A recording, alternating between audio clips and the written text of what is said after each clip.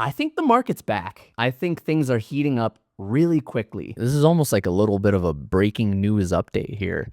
I'm not sure if you've been keeping track, but I said that I had stopped, or at least I had slowed down, like pretty significantly on selling things because the market was just not in a good place. You know, with that, it was like, hey, I'd rather continue to sit on what I already had rather than, you know, sell for a little bit of a loss, or not even a loss because I'm up on the vast majority of everything. But I'd rather sit on it and sell for that market high again. And I'm not in a rush. I've told y'all so many times, I'm here for the long haul. And fortunately, the wait hasn't been long. The market's heating up. So behind me, I actually have a new thing on the wall. I've already owned 2 of these in the past, and I still have those 2. But I'm going to be getting rid of both of them because I have debt. Debt is never good to have, but holidays happen. I also just picked up a 2022 Toyota 4Runner TRD Pro for a heck of a steal. And with that, I mean, I just kind of need to make the right moves, you know? And so already being up with, you know, some of my investments. And obviously, like I said, I don't need to sell any of this. I just want to because it would make things easier. I can plan for paying off my car sooner. I can sell things that are already higher and maybe done with production and start looking for new deals. But that's how I've been playing this entire thing for a while. And in addition to the thing in the back, I just made my next big purchase, which is this guy. I'm not going to open it up, but inside of here, actually, you know what? I should open it up just to make sure that it's actually what it should be. All right, let's be about as careful as we can so that we don't actually puncture the box. This is a long-term hold.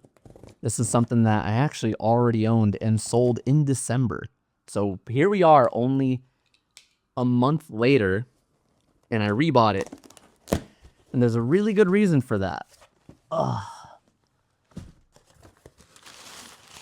I got rid of it because I had the D word. I had debt.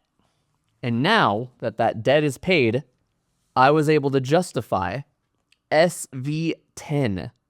This is Destined Rivals. So I bought yet again another booster box case of Destined Rivals because, in my opinion, it's one of the best investments you could make right now.